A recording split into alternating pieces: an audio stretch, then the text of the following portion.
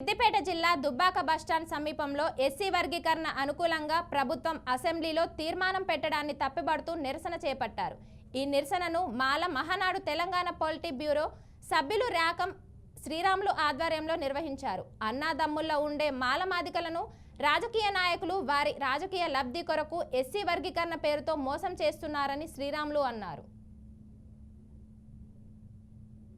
ఏదైతే ఏబిసిడి వర్గీకరణకు అనుకూలంగా తీర్మానం చేశారో ఆ తీర్మానాన్ని వెనక్కి తీసుకునేదాకా జాతీయ మాలమాలను పోరాటం చేస్తూనే ఉంటది. తెలంగాణ రాష్ట్ర వ్యాప్తంగా ఈ రోజు నిరసన కార్యక్రమాలని ఏదైతే రాష్ట్ర ప్రభుత్వాలకు అన్ని పార్టీలు మద్దతు ఇచ్చినాయో ఆ పార్టీలకు కూడా గుణపాఠం చెప్పే విధంగా మాలలు పనిచేస్తారని చెప్పి భవిష్యత్తులో ఖచ్చితంగా ఏ పార్టీ అయితే మద్దతు ఇచ్చిందో ఆ పార్టీలను ఈ రోజు నిరసనగా వాళ్ళ దిశగా దాని హెచ్చరిస్తా ఉన్నాం. ఖచ్చితంగా దుబ్బాక గడ్డ సిద్దిపేట జిల్లా పోరాటాల గడ్డకు దిశగా ఈ వర్గీకరణ వంద ఏదైతే ఉందో వంట తీసుకునే దాకా భవిష్యత్ కార్యాచరణ రాష్ట్ర కార్యవర్గం ఏజెన్సీ అది నిజామాబాద్ ఖచ్చితంగా వంట తీసుకునే దాకా పోరాటం చేసేదానికి తప్పది.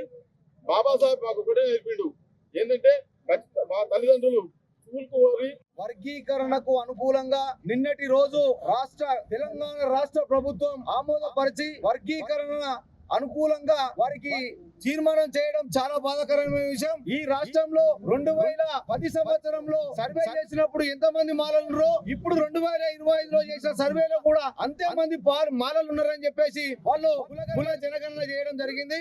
దీన్ని మేము పూర్తిగా ఖండిస్తా ఉన్నాం.